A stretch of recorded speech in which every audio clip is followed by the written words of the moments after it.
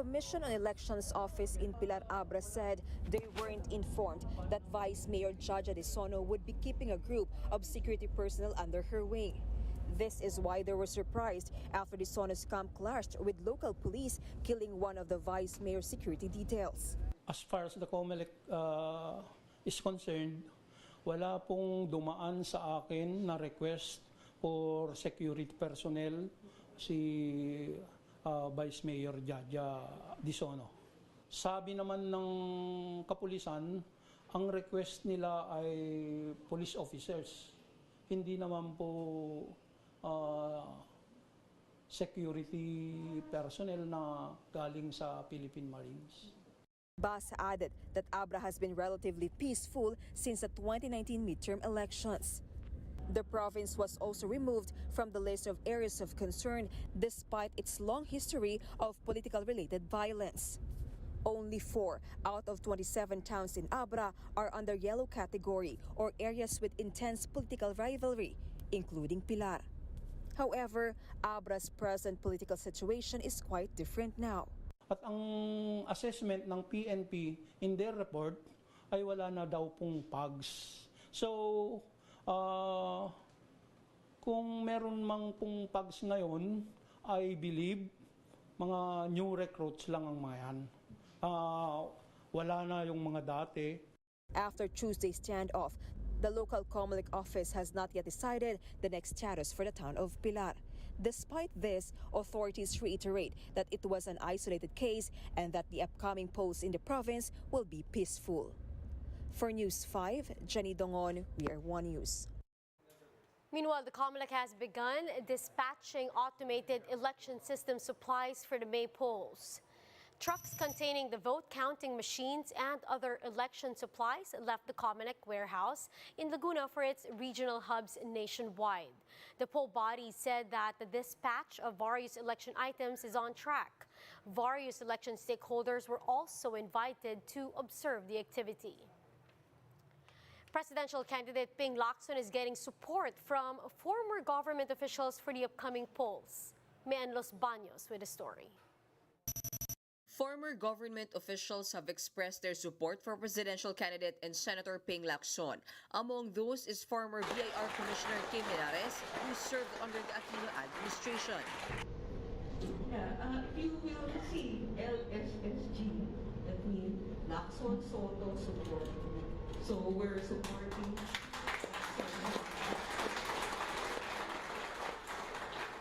Former Defense Undersecretary Honorio Ascueta is also backing Lacson due to his programs and platforms.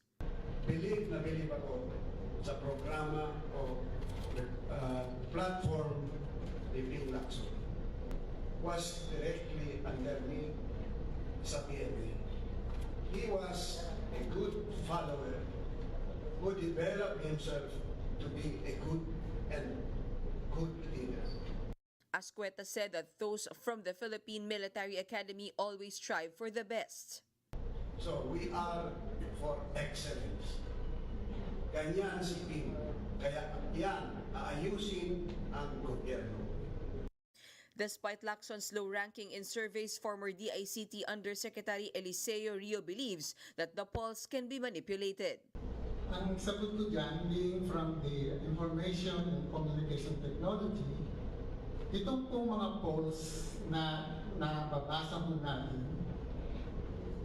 ito ay snapshots of a moment na if you will be voting today, sino ang mga nakalista ang voting nyo? Yan ho ay pwede mong manipulahin. Madali ho. Rio added that votes for Ping will not go to waste as he vows to fight corruption. Si Ping Lacson po ay talagang lumaban, no? By example, minsan hindi siya tumanggap ng bigat ng pork barrel. Siya lang. Reporting for News 5, Mean Los Baños, We Are One News. A think tank says Bongbong Marcos winning as president could be possible if his rival will still fall beyond or below 20% in the presidential surveys.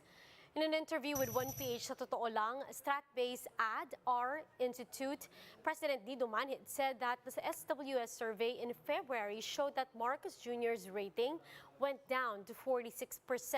However, his opponent's rating did not move and remained below 20%. Pero kung biglang tumalun siya at lumampas dyan, tulad ng mga 25 pataas, tapos bumaba pa si Senator Marcos Jr., makikita natin magkakaroon ng mas ibang interest, ibang pagtingin eleksyon. Yes. Pero kung patuloy pa rin na below 20 after the March surveys, talagang parang nagiging klaro na kung saan papunta itong eleksyon natin.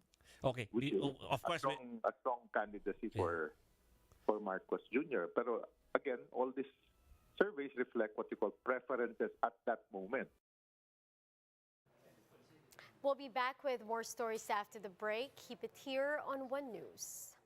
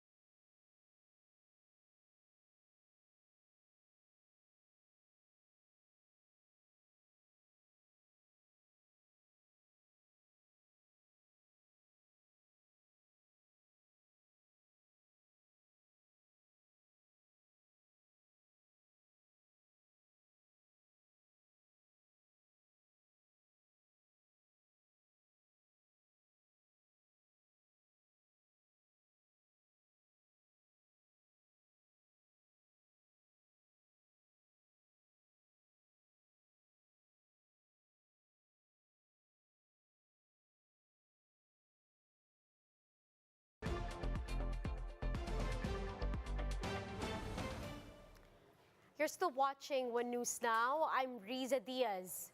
The Justice Department will investigate the SMNI interview of convicted kidnapper and retired General Jovito Palparan. DOJ Undersecretary for Bureau of Corrections, Deo Marco, will conduct a probe into the interview.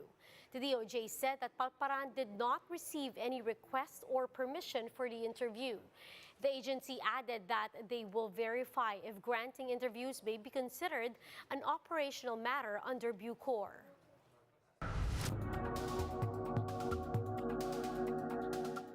People are protesting in Shanghai, China due to lockdown restrictions brought by the rising COVID-19 cases in the country.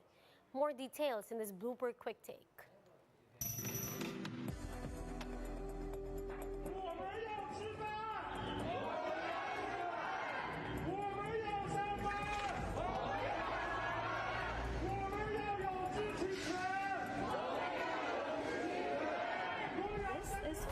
China doesn't want circulated.